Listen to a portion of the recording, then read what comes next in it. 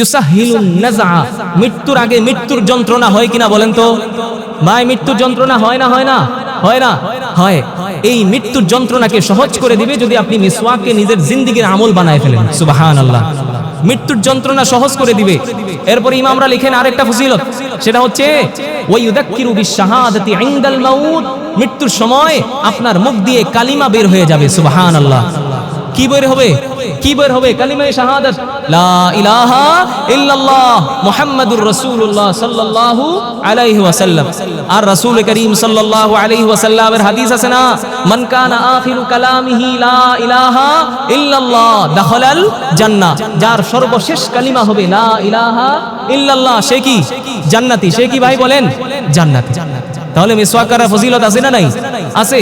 মিসওয়াক আমাদের দাঁত যেমন পরিষ্কার করে, মুখের দুর্গন্ধ দূর করে, মিসওয়াক বার্ধক্যকে বিলম্ব করে। কি বলেন? বার্ধক্যকে বিলম্বিত করে। এই মিসওয়াক আমাদের মারিকে শক্ত করে। এই মিসওয়াক ওয়াইসাব্বিজ যহরা, আমাদের পিঠকে সোজা করে। কি করে বলেন? পিঠকে সোজা করে। এই মিসওয়াক মৃত্যুর যন্ত্রণাকে সহজ করে। সর্বশেষ অতীব জরুরি সবচেয়ে গুরুত্বপূর্ণ যে ফজিলত, এই মিসওয়াক মৃত্যুর আগে আমার মুখ দিয়ে আশহাদু আল্লা ইলাহা ইল্লাল্লাহ ওয়া আন্না মুহাম্মাদান আবদুহু ওয়া রাসূলুহু, এই কালিমা আমার মুখ দিয়ে বের করে দেয়। সুবহানাল্লাহ। আলহামদুলিল্লাহ। আলহামদুলিল্লাহিল্লাযী জাআলা লিমান তাবা ইলাইহি সাবিলা ওয়া লিমান আনাবা ইলাইহি মুস্তাকাররান ওয়া আহসানা মাকিলা ওয়া লিমান নাশাআ ফি ইবাদাতিহি যিল্লান যালীলা ফামান শাআ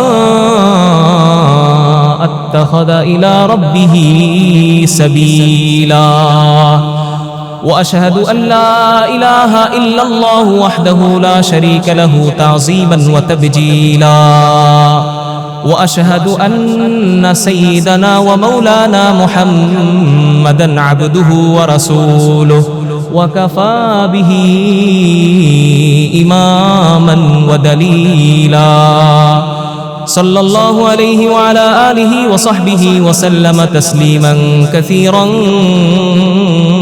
كثيرا সকলে দুরূদ শরীফ পড়ে اللهم صل على محمد وعلى آل محمد كما صليت على إبراهيم وعلى آل إبراهيم إنك حميد مجيد اللهم بارك على محمد وعلى آل محمد كما باركت على إبراهيم وعلى آل إبراهيم إنك حميد مجيد أما بعد فقد قال الله تبارك وتعالى في كلامه المجيد وفي فرقانه الحميد أعوذ بالله من الشيطان الرجيم بسم الله الرحمن الرحيم يا أيها الذين آمنوا إذا قمتم إلى الصلاة فاغسلوا وجوهكم وأيديكم إلى المرافق وامسحوا برؤوسكم وأرجلكم إلى الكعبين صدق الله مولانا العظيم وقال رسول الله صلى الله عليه وسلم لا تقبل صلاة بغير طهور وقال صلى الله عليه وسلم لا صلاة لمن لا وضوء له وقال عليه الصلاة والسلام مفتاح الصلاة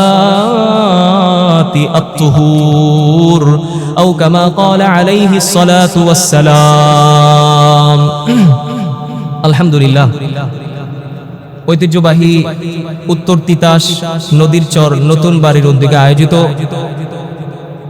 আজকের এই ইসলামী মাহফিলের সম্মানিত সভাপতি,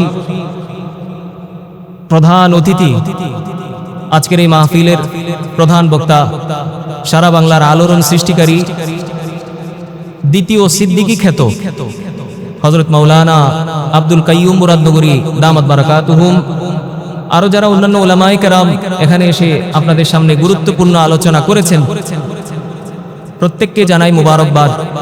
আল্লাহ তাআলা আমাদের প্রত্যেককেই দ্বীনের এই কথাগুলো আমলের নিয়তে শুনে আমল করার তৌফিক দান করেন। সকলে বলেন আমিন। আমি পবিত্র কোরআনুল কারীম থেকে একটি আয়াত তেলাওয়াত করেছি। রাসূল করিম সাল্লাল্লাহু আলাইহি ওয়াসাল্লামের অসংখ্য অগণিত হাদিস থেকে 3টা হাদিস তেলাওয়াত করেছি। কোরআন ও হাদিসের আলোকে আমরা দ্বীনের আজকে গুরুত্বপূর্ণ কিছু বিষয় জানার চেষ্টা করব। ওমা তাওফীকি ইল্লা বিল্লাহ। আপনারা একটু মনোযোগ দিয়ে সবাই শুনবেন তো ইনশাআল্লাহ। যারা এখানে বসে আছেন শেষ পর্যন্ত বসে থাকবেন তো ইনশাআল্লাহ। আল্লাহ আমাদের সবাইকে শেষ পর্যন্ত জমে বসে থাকার, মনোযোগ দিয়ে শ্রবণ করার তৌফিক দান করেন। সকলে বলেন আমিন। পবিত্র কোরআনুল কারীমের একটি আয়াত তেলাওয়াত করলাম। এই আয়াতে আল্লাহ তাআলা ওযু সম্পর্কে আলোচনা করেছেন। কি সম্পর্কে? ওযু সম্পর্কে আলোচনা করেছেন। একটা মুমিন বান্দা, মুসলমান যিনি 5 ওয়াক্ত নামাজে ওনার ওযু করতে হয় কিনা বলেন তো ওযু করতে হয় কিনা? ওযু করতে হয়। 5 ওয়াক্ত নামাজে যখন সে আজান শুনে, আজানের কিছু সুন্নাহ আছে কিনা সেগুলো পালন করতে হয় কিনা? তো আমি চেষ্টা করেছি যতটুকু সময় কুলায় আজানের জবাব থেকে ওযু থেকে মসজিদ পর্যন্ত নামাজ, যদি সময় হয় নামাজ নিয়ে আলোচনা করব, যদি সময় না হয় ওযু সম্পর্কে আমরা আজকে বিস্তারিত কিছু আলোচনা শোনার চেষ্টা করব ইনশাআল্লাহ। দেখেন, আজান আমরা শুনি, সকলেই আজান শুনি, কিন্তু আজানের চলা মুহূর্তে একটা সুন্নত আছে, আমল আছে। আজানের শেষে কয়েকটা সুন্নত আছে, আমল আছে। আমরা কেউ আমল করি, কেউ আবার কি করি না, না জানার কারণে আমল করি না। এজন্য আজকে আমরা জানবো এবং আমল করব ইনশাআল্লাহ। বুখারী শরীফের 611 নম্বর হাদিসের বর্ণনা, নবীজির সাহাবী হযরত আবু সাঈদ খুদরি রাদিয়াল্লাহু তাআলা আনহু থেকে বর্ণনা। قال رسول الله صلى الله عليه وسلم إذا سمعتم النداء فقولوا مثل ما يقول المؤذن। হযরত আবু সাঈদ খুদরি রাদিয়াল্লাহু তাআলা আনহু থেকে বর্ণনা, নবীজি সাল্লাল্লাহু আলাইহি ওয়াসাল্লাম বলেন, যখন তোমরা আজান শুনবে, কি শুনবে বলেন? আজান শুনবে, মুয়াজ্জিন সাহেব যা বলবে তোমরা তাই বলো। মুয়াজ্জিন সাহেব যা বলবে তোমরা তাই বলো। মুয়াজ্জিন সাহেব কি বলবেন আর আমরা কি বলবো? এটা মুসলিম শরীফের হাদিসের মধ্যে আসছে। আন উমর ইবনে আল-খাত্তাব রাদিয়াল্লাহু তাআলা আনহুম قال قال رسول الله صلى الله عليه وسلم। হযরত ওমর ইবনে আল-খাত্তাব রাদিয়াল্লাহু তাআলা আনহু থেকে বর্ণনা, নবীজি সাল্লাল্লাহু আলাইহি ওয়াসাল্লাম বলেন, ইদা قال المؤذن الله اكبر الله اكبر فقال احدكم الله اكبر الله اكبر।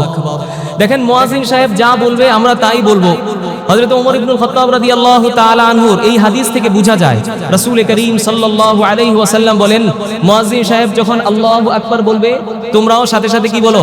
আল্লাহু আকবার বলো। পুরো আজান জুড়ে মুয়াজ্জিন সাহেব যা বলবেন তোমরা তাই বলো। তবে মুয়াজ্জিন সাহেব যখন বলবেন হাইয়া আলাস সালাহ, মুয়াজ্জিন সাহেব যখন বলবেন হাইয়া আলাল ফালাহ, তখন তোমরা এই জায়গায় একটু ব্যতিক্রম করো। তখন কি বলবো বলেন তো? লা হাওলা ওয়ালা কুওয়াতা ইল্লা বিল্লাহ। সবাই পারেন না যে হাইয়া আলাস সালাহ হাইয়া আলাল ফালাহ বলার সময় আমরা কি বলবো? লা হাওলা ওয়ালা কুওয়াতা ইল্লা বিল্লাহ। এতটুকু ব্যতিক্রম। রাসূল করিম সাল্লাল্লাহু আলাইহি ওয়াসাল্লাম বলেন, মুয়াজ্জিনের সাথে সাথে কেউ যদি এইভাবে আজানের বাক্যগুলো উচ্চারণ করে, মিন কলবিহি, তার অন্তরের অন্তঃস্থল থেকে একেবারে দিল দিয়ে, রাসূল বলেন দাখালাল জান্নাহ, মৃত্যুর আগ পর্যন্ত যদি এইভাবে আমল করে সে জান্নাতি। সুবহানাল্লাহ। সে কি বলেন? জান্নাতি।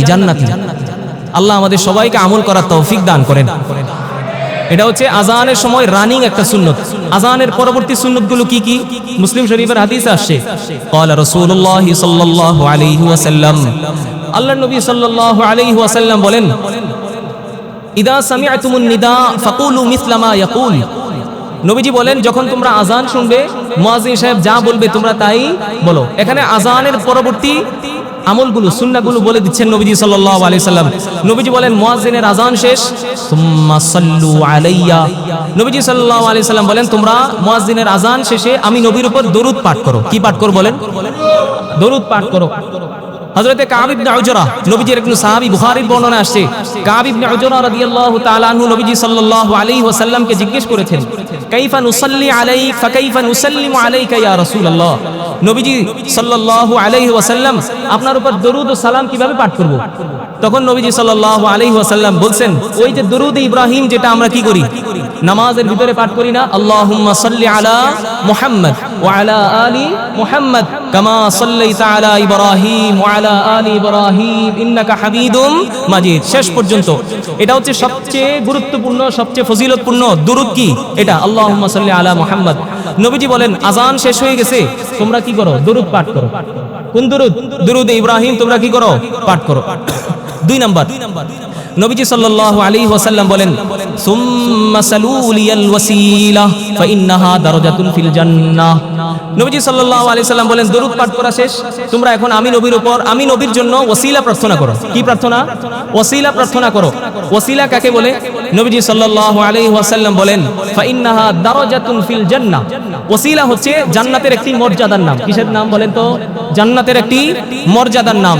লা তানবাগি ইল্লা লিআবদিন মিন ইবাদিল্লাহ। আল্লাহ তাআলা তার একজন বান্দাকে জান্নাতের এই ওসিলা নামক মর্যাদা দান করবেন। সুবহানাল্লাহ। তার কয়জন বান্দা? একজন বান্দাকেই দান করবেন। এরপরে নবীজি সাল্লাল্লাহু আলাইহি ওয়াসাল্লাম বলেন ওয়া আরজু আন আকুনা যালিকাল আবদ। আমি আশা রাখি, আমি নবী আশা রাখি ওই যে জান্নাতে একটি মর্যাদার নাম ওসিলা, আল্লাহ তাআলা সেই মর্যাদা আমাকেই দান করবেন। সুবহানাল্লাহ। তাহলে আজানের পরে সুন্নত কি? দরুদ পাঠ করা। 2 নম্বর সুন্নত কি? নবীজি সাল্লাল্লাহু আলাইহি ওয়াসাল্লামের জন্য ওসিলা প্রার্থনা করা। কি প্রার্থনা ভাই বলেন? ওসিলা প্রার্থনা করা। বুখারী শরীফের হাদিসের মধ্যে আসছে ওসিলা আমরা কিভাবে প্রার্থনা করব, এটা আমরা সকলেই জানি। নবীজির সাহাবী হযরতে জাবির ইবনে আব্দুল্লাহ রাদিয়াল্লাহু তাআলা আনহু থেকে বর্ণনা, নবীজি সাল্লাল্লাহু আলাইহি ওয়াসাল্লাম বলেন মান ক্বালা হিনা ইয়াসমাউন নিদা। আযান শোনার পরে কেউ যদি বলে আল্লাহুম্মা রাব্বা হাযিহিদ দাওয়াতিত তাম্মাহ ওয়াস সালাতিল কাইমা আতি মুহাম্মাদানিল ওয়াসিলা। ওয়াসিলা আসছে কিনা ভাই? ওসিলা, এই দোয়াটা পাঠ করে কেউ যদি নবীজির জন্য ওসিলা তালাশ করে, নবীজি সাল্লাল্লাহু আলাইহি ওয়াসাল্লাম বলেন হাল্লাত লাহু শাফাআতি ইয়াউমাল কিয়ামা। কিয়ামতের ময়দানে আমি নবীর উপর ওয়াজিব হয়ে যায় ওই বান্দার জন্য সুপারিশ করা। সুবহানাল্লাহ। কিয়ামতের ময়দানে আমি নবীর উপর কি হয়ে যায়? আবশ্যক হয়ে যায় ওই বান্দার জন্য কি করা? সুপারিশ করা। কি কারণ? কারণটা কি বলেন? ওসিলা প্রার্থনা করতে হবে প্রত্যেক নামাজের পরে। কিভাবে? আল্লাহুম্মা রাব্বা হাযিহিদ দাওয়াতিত তাম্মাহ ওয়াস সালাতিল কাইমা আতি মুহাম্মাদানিল ওয়াসিলাতা ওয়াল ফাদিলা ওয়া বা'আথহু মাকামান মাহমুদানিল্লাযী ওয়া'আদতা ইন্নাকা লা তুখলিফুল মিআদ। এটা পারেন না এই দোয়াটা সবাই?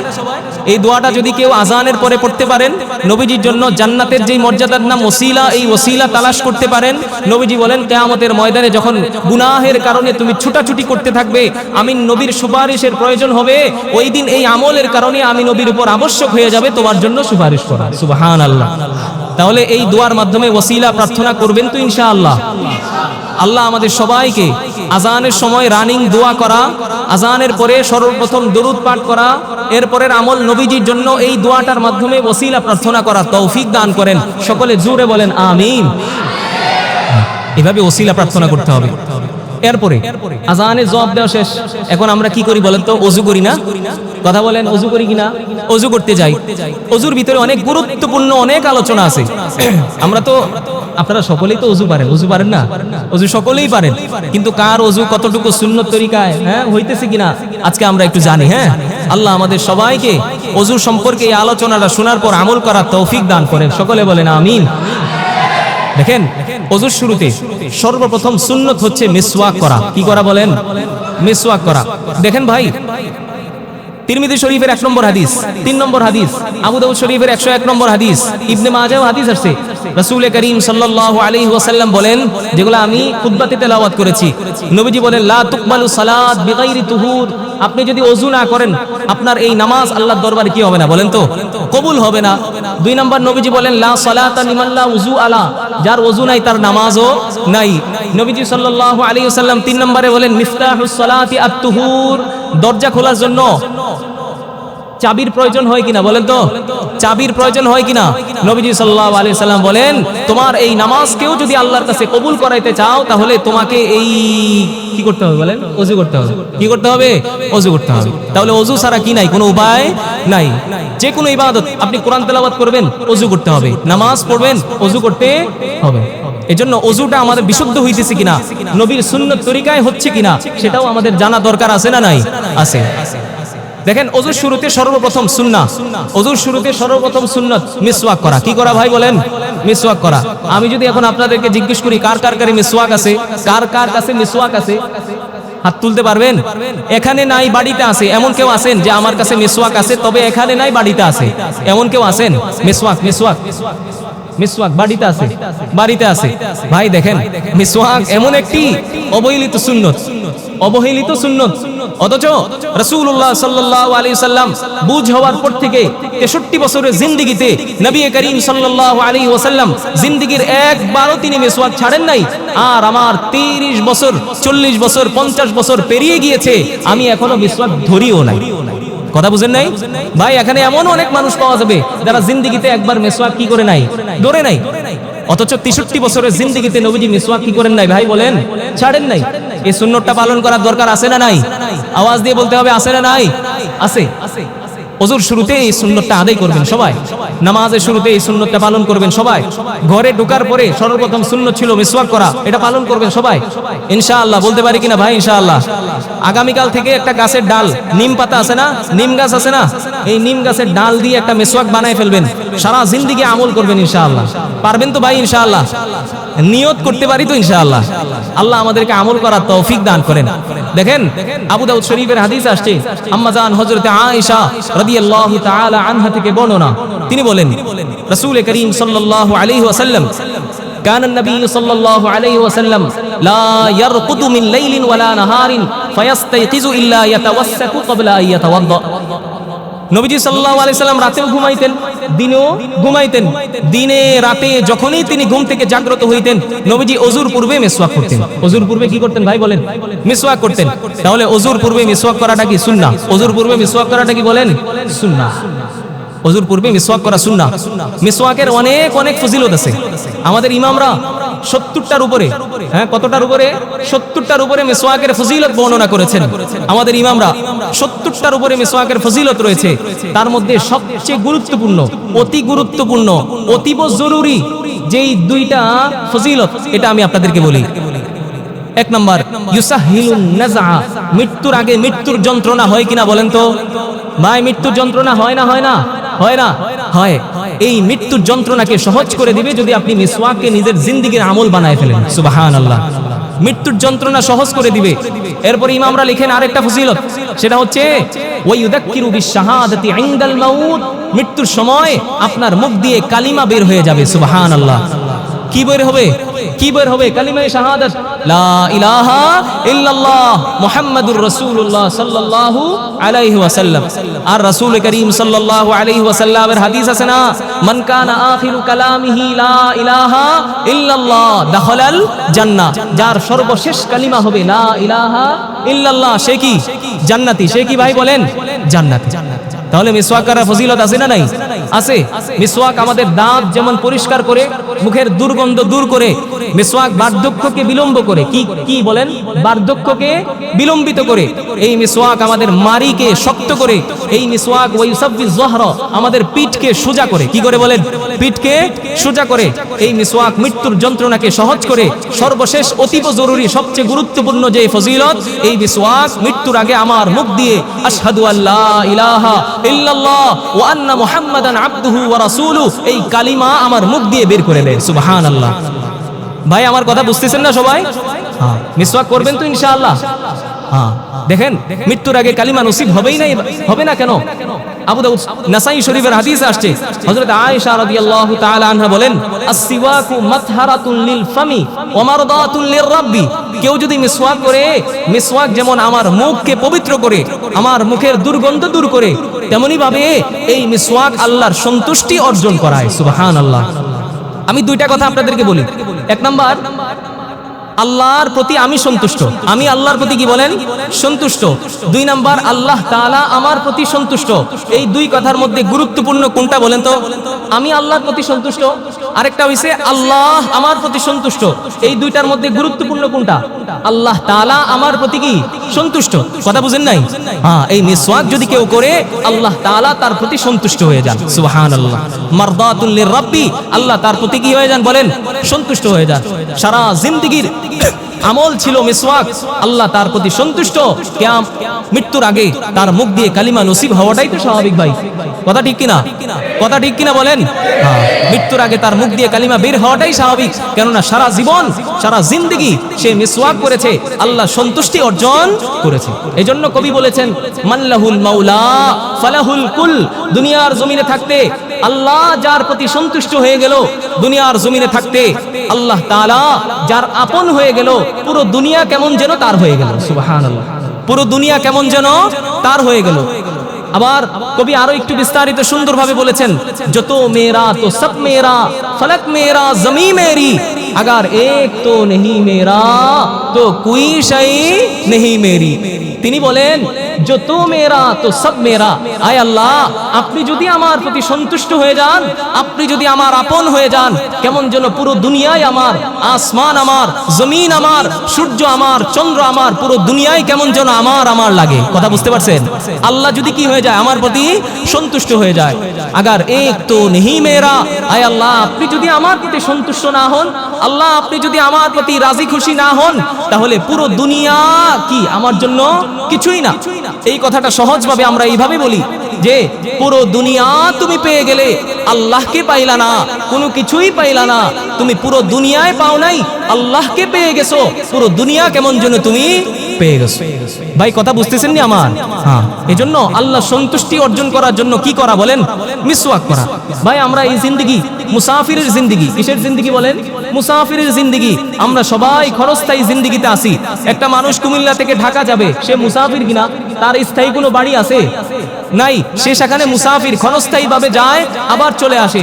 তেমনি ভাবে আল্লাহ তাআলা আমাদেরকে দুনিয়াটা পাঠিয়েছেন মুসাফির হিসেবে। কথা বুঝেন নাই? হ্যাঁ, মুসাফির হিসেবে আল্লাহ তাআলা পাঠিয়েছেন। আবার আমাদের শেষ ঠিকানা কোথায় বলেন? আমাদের শেষ ঠিকানা কোথায়? কবর। কবর শেষ ঠিকানা, আসল বাড়ি জান্নাত। আসল বাড়ি কি বলেন? জান্নাত। হ্যাঁ, ইহাं हम सब मुसाफिर है, कब्र आखिर ठिकाना, कोई आगे रवाना है, कोई पीछे रवाना। এজন্য কবি সুন্দরভাবে বলেছেন যে আমরা এখানে সবাই মুসাফির, ক্ষণস্থায়ী জিন্দেগিতে এসেছি। আমাদের শেষ ঠিকানা হচ্ছে কবর। কেউ আগে যায়, কেউ পরে যায়, কেউ আগে যায়, কেউ পরে যায়।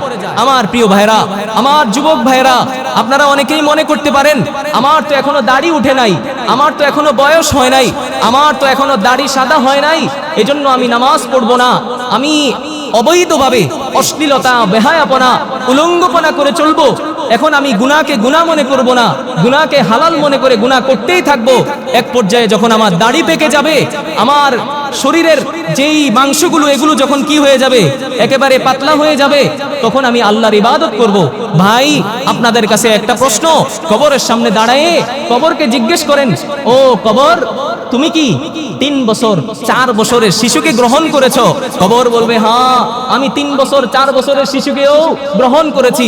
আমার প্রিয় যুবক ভাইরা, আপনারা কবরের সামনে দাঁড়ায় কবরকে জিজ্ঞেস করেন, যাদের বয়স 20, 25, 30, আপনারা কবরকে জিজ্ঞেস করেন, কবর তুমি কি 20 বছর, 25 বছর, 30 বছরের যুবককে তোমার এই কবরে ডাবাই দিছো?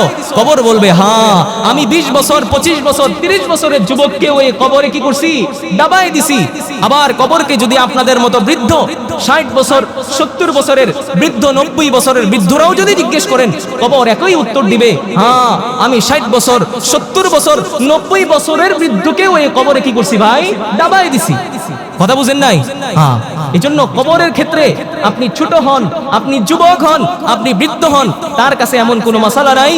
আপনি ছোট হলেও যেতে হবে, আপনি যুবক হলেও যেতে হবে, আপনি বৃদ্ধ হলেও কবরে কি করতে হবে ভাই? যেতে হবে।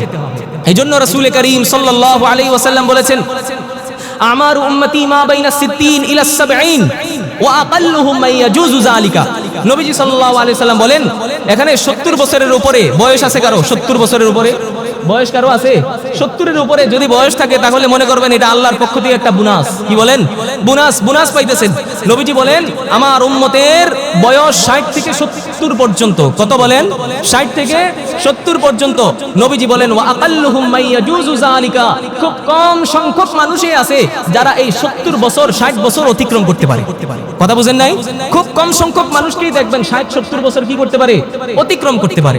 এজন্য আমার ভাই, কবরে যাইতে হবে কিনা আমাদের?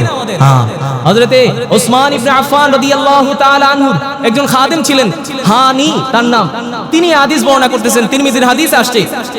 তিনি বলেন আন্না উসমান ইবনে আফফান রাদিয়াল্লাহু তাআলা আন ইদা ওয়াকাফা আলা কবর বাকা হাত্তা ইয়াবুল্লা লিহিয়াতাহু। হযরত ওসমান ইবনে আফফান রাদিয়াল্লাহু তাআলা কবরের সামনে উনি দাঁড়াইতেন, কবরের সামনে দিয়ে যখনই যাইতেন তিনি দাঁড়াইতেন আর অঝরে কাঁদতে থাকতেন, এমন ভাবে কান্না করতেন ওনার এই দাড়ি পর্যন্ত ভিজে যাইতো চোখের পানি দিয়ে। দাড়ি পর্যন্ত কি করতো ভাই? ভিজে যাইতো চোখের পানি দিয়ে। সাহাবায়ে কেরাম আশ্চর্য হয়ে জিজ্ঞেস করলেন, ওসমান ইবনে আফফান রাদিয়াল্লাহু তাআলা আনতা তাযকুরুল জান্নাতা ওয়ান নার, আপনি জান্নাত নিয়ে আলোচনা করেন, জান্নাতে যেতে পারবেন কিনা সেটা নিয়ে আপনি ফিকির করেন, মানুষকে বুঝান। আপনি ওই সময় কান্নাকাটি করেন না, জাহান্নামের ভয়াবহতা সম্পর্কে আপনি আলোচনা করেন, ওই সময় আপনি জাহান্নামের ভয়াবহতা আলোচনা করতে গিয়ে কান্নাকাটি করেন না।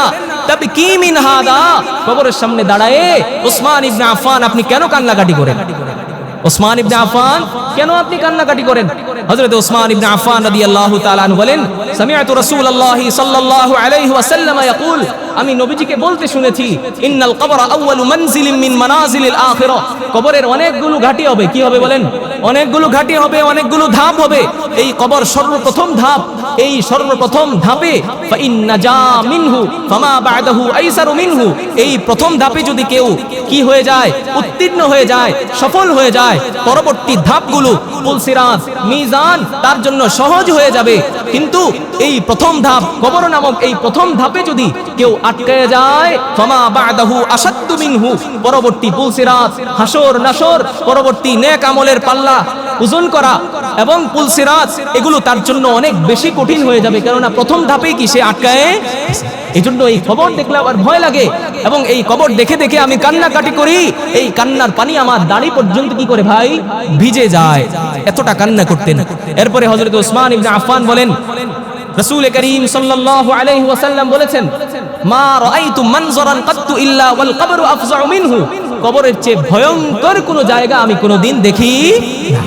এজন্য আমার ভাই কবরকে জিজ্ঞেস করেন যে তুমি ছোট শিশুকে গ্রহণ করছো, কবর বলবে হ্যাঁ গ্রহণ করছি। তুমি যুবক বয়সের কাউকে গ্রহণ করছো কিনা, 20 বছর 25 বছর 30 বছর, কবর বলবে হ্যাঁ গ্রহণ করছি। তুমি জিজ্ঞেস করো যে আপনি বৃদ্ধ বয়সের কাউকে গ্রহণ করছেন কিনা, কবর এটাও বলবে হ্যাঁ আমি 60 বছর 70 বছর 90 বছরের বৃদ্ধকে কবরে কি করছি ভাই গ্রহণ করছি। এই জন্য আমাদের এমন কোন চিন্তা করার, দাড়ি যখন পাকবে, আমি যখন আরেকটু বড় হব, যখন আমি দাড়ি সাদা পেকে যাবে, চুল পেকে যাবে, তখন আমি ইবাদত করব, এমন চিন্তা করার কোনো সুযোগ আছে ভাই? বলেন সবাই, এমন চিন্তা করার কোনো সুযোগ নাই। এজন্য আমার প্রিয় ভাই, আল্লাহ সন্তুষ্টি অর্জন করেন। আল্লাহ সন্তুষ্টি কি করেন ভাই? অর্জন করেন। আল্লাহ সন্তুষ্টি অর্জন করার একটা মাধ্যম কি বলেন তো? মিসওয়াক করা। মনে আছে কথা? কি করা বলেন? মিসওয়াক করা। মিসওয়াক করবে তো ইনশাআল্লাহ। আল্লাহ আমাদের সবাইকে আজ থেকে জানলাম, আগামীকাল থেকে নিম পাতার একটা ডাল দিয়ে হলেও আমরা যেন মিসওয়াক করি, আল্লাহ সেই তৌফিক দান করেন। মিসওয়াকের গুরুত্ব, মিসওয়াকের অনেক গুরুত্ব। রাসূল করিম সাল্লাল্লাহু আলাইহি ওয়াসাল্লামের মৃত্যুর আগের সর্বশেষ আমল ছিল এই মিসওয়াক। সুবহানাল্লাহ, সর্বশেষ আমল ছিল কি বলেন? মিসওয়াক। এটা যদি গুরুত্বপূর্ণ নাই হইতো তাহলে মৃত্যুর আগের সর্বশেষ আমল এটা হইতো না। আম্মা জান হযরত আয়েশা রাদিয়াল্লাহু তাআলা আনহা থেকে হাদিস বর্ণনা, বুখারীর হাদিস আসছে। তিনি বলেন, দাখালা আব্দুর রহমান ইবনে আবি বকর রাদিয়াল্লাহু তাআলা আলা নবী সাল্লাল্লাহু আলাইহি ওয়াসাল্লাম, হযরত আবু বকর রাদিয়াল্লাহু তাআলা আনহু বড় ছেলের নাম ছিল আব্দুর রহমান। নাম কি? আব্দুর রহমান। নবীজি সাল্লাল্লাহু আলাইহি ওয়াসাল্লাম মুমূর্ষ অবস্থা, আব্দুর রহমান নবীজির সামনে আসলেন, ঘরে প্রবেশ করলেন। হযরত আয়েশা বলেন, ওয়া আনা মুসনিদাতুহু ইলা সাদরি, ওই অবস্থায় নবীজি সাল্লাল্লাহু আলাইহি ওয়াসাল্লাম আমার এই থুতনি এবং বুকের উপরের অংশ, এই মাঝখানের অংশে নবীজি শোয়া ছিল, হেলান দিয়েছিল। কি দিয়েছিল বলেন? হেলান দিয়েছিল। হযরত আব্দুর রহমান যে মিসওয়াক করতেছিল না, ওই তার সাথে মাহু সিওয়াকুন রাতাবুন, তার সাথে একটা তাজা মিসওয়াক ছিল। কি মিসওয়াক? তাজা মিসওয়াক ছিল।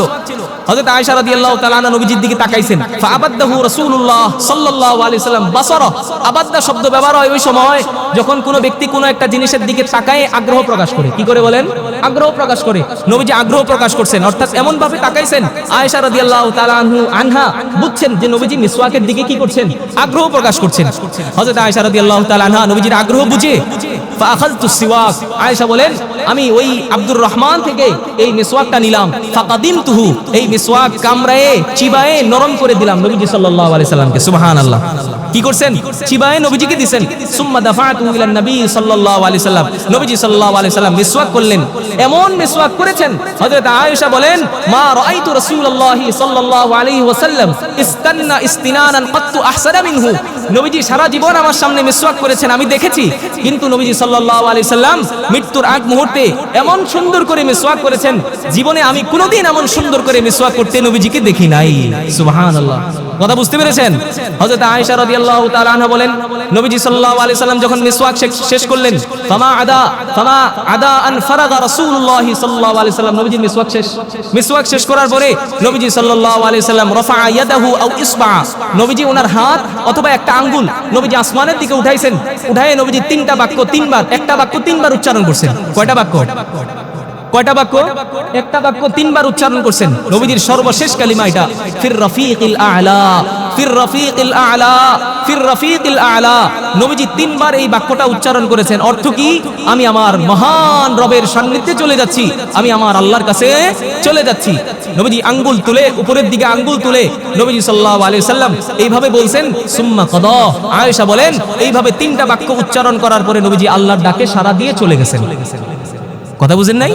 তাহলে নবীজি সাল্লাল্লাহু আলাইহি সাল্লাম আল্লাহর কাছে চলে গেলেন, এর আগ মুহূর্তের আমলটা কি ছিল? মিসওয়াক। কি ছিল ভাই বলেন? মিসওয়াক ছিল। মিসওয়াকের গুরুত্ব কম না বেশি? বেশি না কম?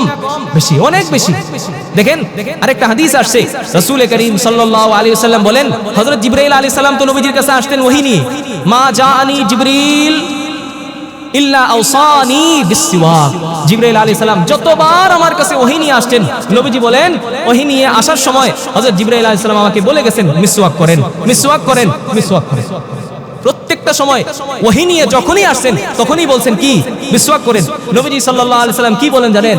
হাত্তা আন খাশিতু, আমি আশঙ্কা করতে শুরু করলাম, আন উফরিদা আলাইয়া ওয়া আলা উম্মতি, আমি আশঙ্কা করতে শুরু করলাম, ভয় পাইতে শুরু করলাম, জিবরাইল যখনই আসেন তখনই মিসওয়াকের কথা বলেন, এই মিসওয়াক নাকি আমার উপর এবং আমার উম্মতের উপর আল্লাহ তাআলা আবশ্যক করে দেন, ফরজ করে দেন। কথা বুঝেন নাই? যতবার আসছেন। হযরত আয়েশা রাদিয়াল্লাহু তাআলা আনহাকে একজন তাবেঈ, শুরাইহ নাম তাবেঈ, জিজ্ঞেস করছেন মিসওয়াক সম্পর্কে না, তিনি জিজ্ঞেস করছেন আয়েশা রাদিয়াল্লাহু তাআলা আনহা, বিআইয়ি শাইইন বাদা রাসূলুল্লাহ সাল্লাল্লাহু আলাইহি ওয়াসাল্লাম ইদা দাখালা বাইতা, নবীজি সাল্লাল্লাহু আলাইহি ওয়াসাল্লাম ঘরে প্রবেশ করার পরে সর্বপ্রথম কি কাজ দিয়ে তিনি আমল শুরু করতেন? হযরত আয়েশা রাদিয়াল্লাহু তাআলা আনহা কি বলেন জানেন? বিসওয়াক। নবীজি সাল্লাল্লাহু আলাইহি সাল্লাম ঘরে প্রবেশ করে সর্বপ্রথম তিনি মিসওয়াক করতেন। সুবহানাল্লাহ। সর্বপ্রথম কি করতেন ভাই বলেন? মিসওয়াক করতেন। মিসওয়াকের গুরুত্ব আছে না নাই? আছে। ভাই আমি একটা আরজি আপনাদের কাছে পেশ করি, আবদার করব, আগামীকাল থেকে কারা কারা মিসওয়াক করার নিয়ত করবেন ইনশাআল্লাহ। কারা কারা মিসওয়াক করার জন্য, মিসওয়াক কেনার জন্য, মিসওয়াক গাছ থেকে পেরে আনার জন্য কারা কারা এই চেষ্টাটা করবেন ইনশাআল্লাহ ভাই? হ্যাঁ, আল্লাহ আমাদের সবাইকে আগামীকাল থেকেই নবীজি সাল্লাল্লাহু আলাইহি ওয়াসাল্লামের এই গুরুত্বপূর্ণ সুন্নতটা আমল করার তৌফিক দান করেন। সকলে বলেন আমিন। তাহলে ওযুর পূর্বের সুন্নত কি বলেন তো? মিসওয়াক করা। ওযুর পূর্বে সুন্নত কি? মিসওয়াক করা। 2 নাম্বার বিষয় দেখেন ভাই, ওযুতে পানি ব্যবহার করি কিনা আমরা? পানি লাগে না? ট্যাপ ছাড়ি কিনা? ট্যাপ ছাড়ি না? হ্যাঁ, ওযুতে পানি ব্যবহার করি। নবীজি সাল্লাল্লাহু আলাইহি ওয়াসাল্লাম ওযুতে কেমন পানি ব্যবহার করতেন, গোসলে কেমন পানি ব্যবহার করতেন আপনারা জানেন? জানেন না? দেখেন রাসূলুল্লাহ সাল্লাল্লাহু আলাইহি সাল্লাম ওযুতে কতটা পানি কি করতেন তিনি ব্যবহার করতেন, গোসলে কেমন পানি ব্যবহার করতেন। বুখারীর হাদিসে আসছে, হযরত আনাস ইবনে মালিক রাদিয়াল্লাহু তাআলা আনহু থেকে বর্ণনা, রাসূল করিম সাল্লাল্লাহু আলাইহি ওয়াসাল্লাম কানা নবী সাল্লাল্লাহু আলাইহি সাল্লাম ইয়াতাওয়াদ্দাউ বিল মুদ্দি, নবীজি সাল্লাল্লাহু আলাইহি সাল্লাম এক মুদ পানি দিয়ে ওযু করতেন। কত মুদ? এক মুদ পানি দিয়ে ওযু করতেন, অর্থাৎ 600 থেকে 750 গ্রাম পানি। কত পানি? 600 থেকে 750 গ্রাম পানি। বেশি না না কম?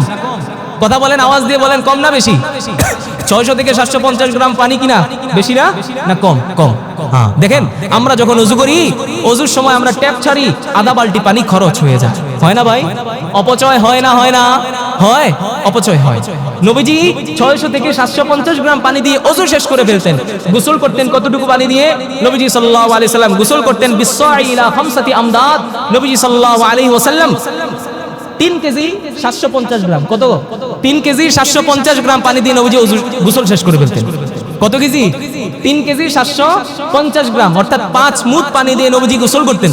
এবার বুঝেন, আমরা যে ট্যাপ ছাড়ি ওযুর সময় আধা বালতির পানি কি বেশি খরচ হয়ে যায়, হয় না? হয় কিনা বলেন? আরো বেশি খরচ হয়। তাহলে আমি যেটা আপনাদেরকে বুঝাইতে চাই, আমার প্রিয় ভাই, অপচয় করা আল্লাহ তাআলা কি করেন না, পছন্দ করেন না। আজ থেকে কারা কারা নিয়ত করতে পারি, ট্যাপের পানি তো ছাড়ি ঠিক আছে, নবীজি সাল্লাল্লাহু আলাইহি সাল্লাম যতটুকু দিয়ে করেছেন অতটুকু দিয়ে হয়তো আমরা করতে পারবো না, তারপরেও নিয়ত করা যায় কিনা, চেষ্টা করা যায় কিনা, ট্যাপটা যখন ছাড়বো তখন একটু কমায়ে ছাড়বো, আস্তে আস্তে পানি কম পড়বে, ওটা দিয়ে যেন আমরা ওযু করি, এই নিয়তটা কারা কারা করতে পারে? হাত তুলে ইনশাআল্লাহ। আল্লাহ আমাদের সবাইকে কম পানি দিয়ে, ট্যাপ কমায়ে ছেড়ে কম পানি দিয়ে ওযু করার তৌফিক দান করেন।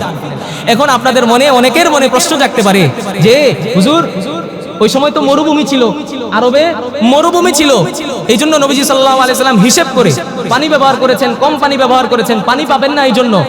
এই প্রশ্ন যদি কারো মনে জাগ্রত হয় তাহলে হাদিস থেকে এর উত্তর শুনে নেন। দেখেন বুখারী শরীফের হাদিস আসছে, নবীজির একজন সাহাবীর নাম সাদ, নাম কি বলেন? সাদ নাম। হযরত আব্দুল্লাহ ইবনে আমর রাদিয়াল্লাহু তাআলা আনহু হাদিস বর্ণনা করেছেন, মাররা বিসাদিন, নবীজি একবার হযরত সাদ রাদিয়াল্লাহু তাআলা আনহুর পাশ দিয়ে অতিক্রম করছেন। অতিক্রম করার সময় দেখলেন হযরত সাদ রাদিয়াল্লাহু তাআলা আনহু কিছু পানি ব্যবহার করছেন বেশি করে। কি করে বলেন? বেশি করে।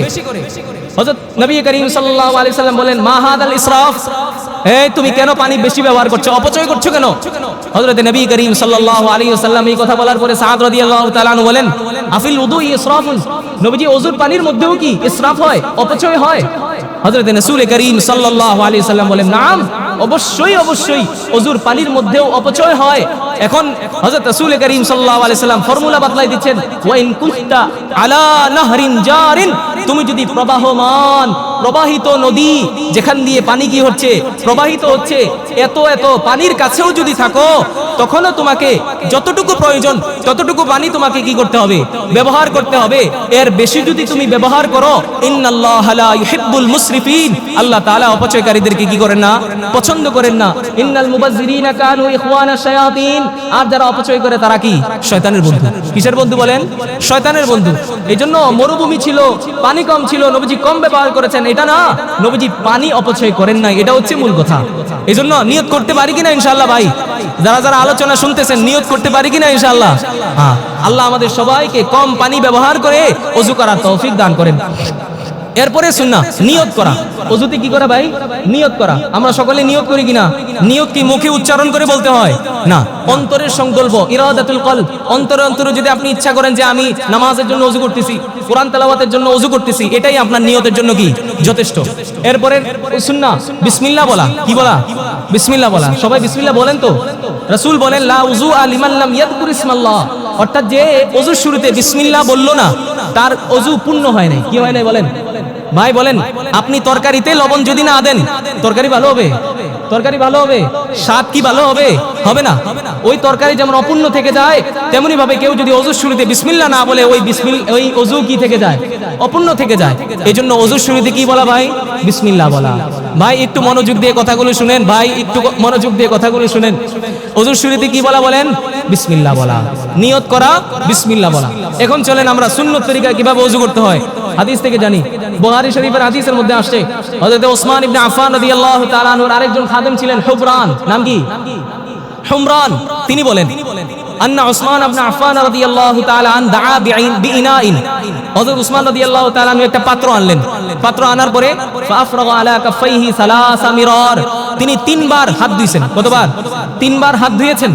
তিনবার হাত ধোয়ার পরে ফাগাসালাহুমা, হাতে পানি ঢালার পরে তিনবার হাত ধুইছেন। কি করছেন? তিনবার হাত ধুয়েছেন। এখন তিনবার হাত ধোয়ার ক্ষেত্রে আবার আমাদেরকে দুইটা সুন্নাহ মনে রাখতে হবে।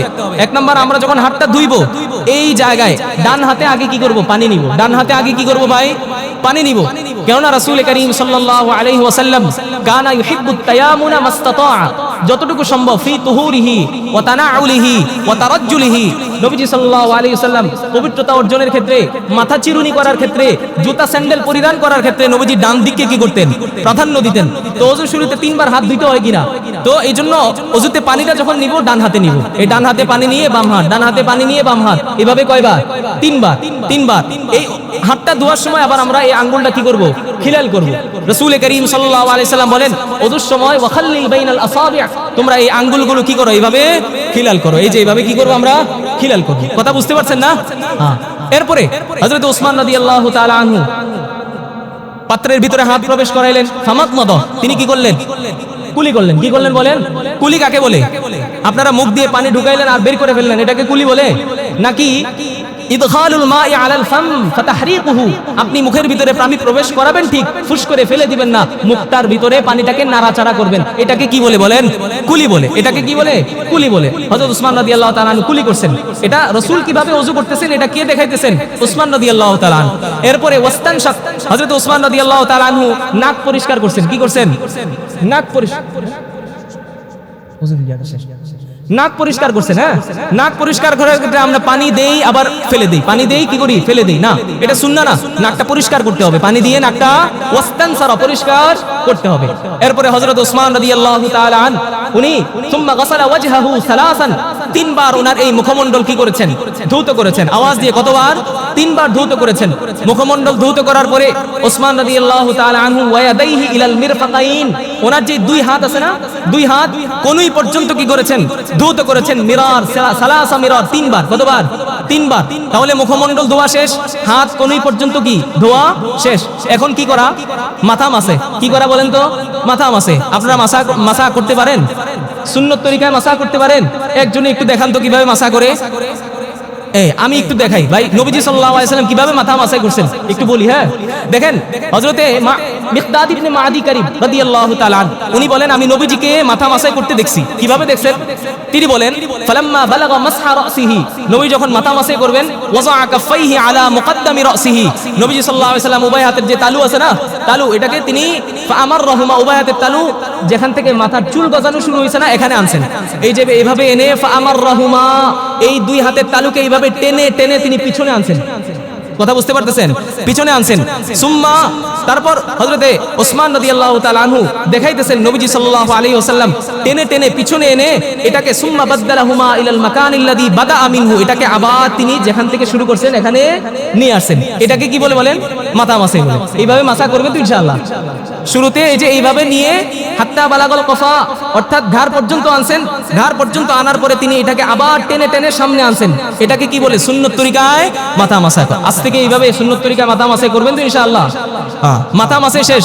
এখন আমাদের কি করতে হয় বলেন তো? কানের এগুলো কি করতে হয়? মাসা করতে হয়। রাসূল করিম সাল্লাল্লাহু আলাইহি ওয়াসাল্লাম ওনার যে এই দুই শাহাদাত আঙ্গুল আছে না, এই শাহাদাত আঙ্গুল দিয়ে সাব্বাহাতাইন, এটা দিয়ে নবীজি সাল্লাল্লাহু আলাইহি ওয়াসাল্লাম বাতিনা উযুনাই, কানের যে ভিতরের অংশ, আঁকা বাঁকা উঁচু নিচু অংশ আছে না কানের ভিতরে, এটাকে নবীজি সাল্লাল্লাহু আলাইহি ওয়াসাল্লাম এইভাবে কি করছেন? মাথা এই কান মাসে করছেন। এরপরে বিইবহামাইহি, এই যে আমাদের বৃদ্ধাঙ্গুলি আছে না, এই বৃদ্ধাঙ্গুলি দিয়ে হযরতে নবী করিম সাল্লাল্লাহু আলাইহি ওয়াসাল্লাম কানের এই বাহিরের অংশটা এইভাবে মাসা করছেন। কিভাবে? এই যে এইভাবে মাসা করছেন। কথা বুঝতে পারছেন না? হ্যাঁ। এরপরে হযরত ওসমান রাদিয়াল্লাহু তাআলা আনহু তিনি দেখাইতেছেন নবীজি কিভাবে ওযু করছেন। ইলাল কাবাইন, নবীজি সাল্লাল্লাহু আলাইহি ওয়াসাল্লাম এরপরে পায়ের টাকলু পর্যন্ত, পায়ের টাকলু পর্যন্ত উভয় পা ধৌত করছেন। এই ছিল ওযুর বিস্তারিত আলোচনা। এই ছিল কি বলেন? ওযুর বিস্তারিত আলোচনা। এইভাবে যদি আমরা ওযু করতে পারি তাহলে সুন্নত তরিকায় কি হবে? ওযু হবে।